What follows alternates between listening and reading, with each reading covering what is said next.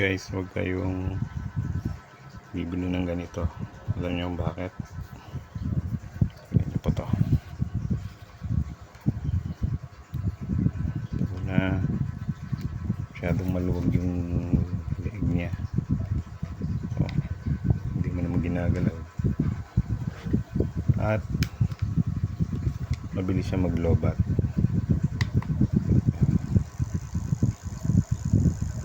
Lobat na yan kasi nagbe-blink na eh. Hindi ko sa tree. Ang pangit pa sa kanya, hindi mo alam kung nasa tree. So ayan, tumatakbo siya. Namatay na. Okay, bakit? Ito po, pakita ko sa inyo. Ito po kasi yung mga ganito, nandadaya sila sa ano, nandadaya sila sa tawag dito, battery.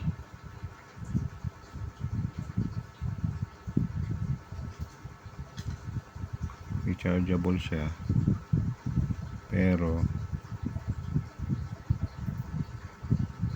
hindi siya tumatagal. Kasi bakit? Ito po, tinanggal ko na yung tornilyo. Pakita ko sa inyo. Ito po yung baterya niya. Napakaliit. Laki pa yung daliri ko eh. Parang ano to eh, AAA. AAA yata to eh. Liit. Magagamit mo lang siya 25 to 30 minutes lang. Sa first speed pa yun ah. Hindi pa sa second o kaya third speed. First speed lang.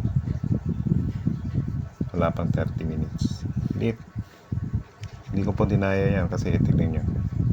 Sakto lang po yung sukat ng battery sa lagayan niya. Ayan. Kaya kung ako sa inyo, wag kayong bibili nito. Mga ganitong fan. Peke. Napipeke po tayo, mga Pilipino. Yan po. Ganyan po yung brand. Napipeke po tayo. So, yun lang po.